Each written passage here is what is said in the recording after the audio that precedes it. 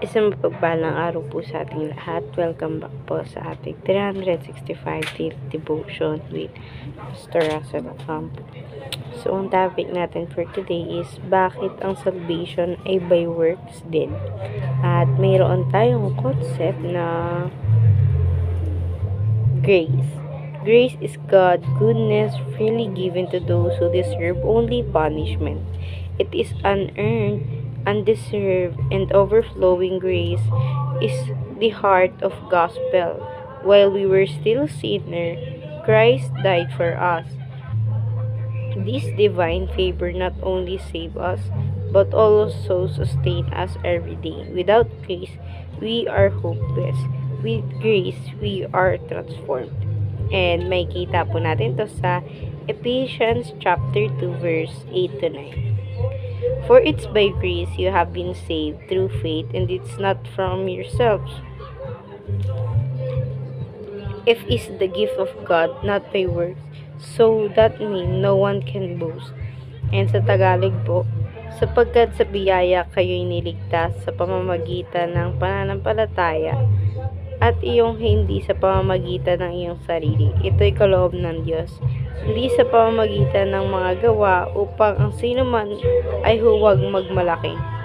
Ngayon naman po, i-share ko naman po yung mga natutunan ko sa naging topic natin for today.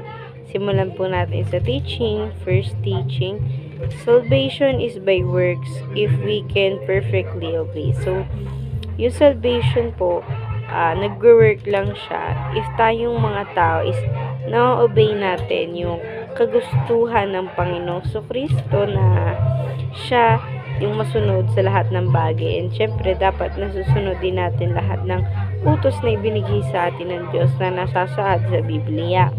Ngayon naman, sa second teaching na tayo, salvation is by works of Christ, perfect in us.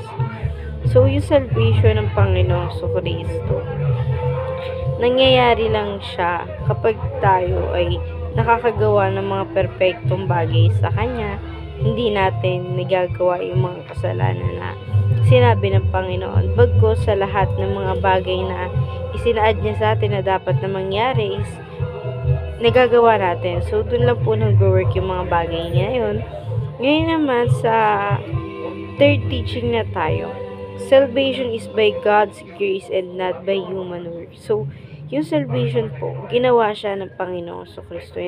Hindi siya ginawa ng tao lamang para tayo ay maligtas, kung hindi ginawa siya ng Panginoon upang tayong lahat na nandito sa lupa at kanyang anak ay maligtas sa pamamagitan ng salvation na ginawa niya. Ngayon naman sa application na tayo, first application, stop working for salvation, instead work it out. So, yung salvation kasi, yung iba, para lang makuha nila yung salvation na gusto nila, ginagawa nila yung mga bagay na sinasabi ng Panginoon. Pero tayo, instead na gawin yung mga bagay na yun, hayaan natin na yung salvation mismo yung mag-work sa katawan natin na hindi natin iisipin na kaya natin kailangan ng salvation dahil may mga kasalanan tayo. Ngayon naman, sa second application, start believing that Jesus did not work for us. So, maniwala tayo ng Panginoon Kristo hindi gumagalaw ng para sa atin. Tayo yung gagalaw dapat para sa ating Panginoon. Nang sa ganun, siya'y napapurihan natin sa paraan na alam natin. Ngayon naman, sa third application, stay as humble sinner who have received grace. So, maging humble tayo every time na nakakagawa tayo ng kabutihan, and every time na nare-receive natin yung kabutihan ng Panginoong Kristo sa buhay natin. May iba kasi na every time na pinagpapala sila ng Panginoon, ginagawa nila, ipinagmamayabang nila sa iba na which is parang medyo mali dahil hindi naman dapat. Ngayon naman sa discussion na tayo, why should Christian ideally be the most humble people on earth?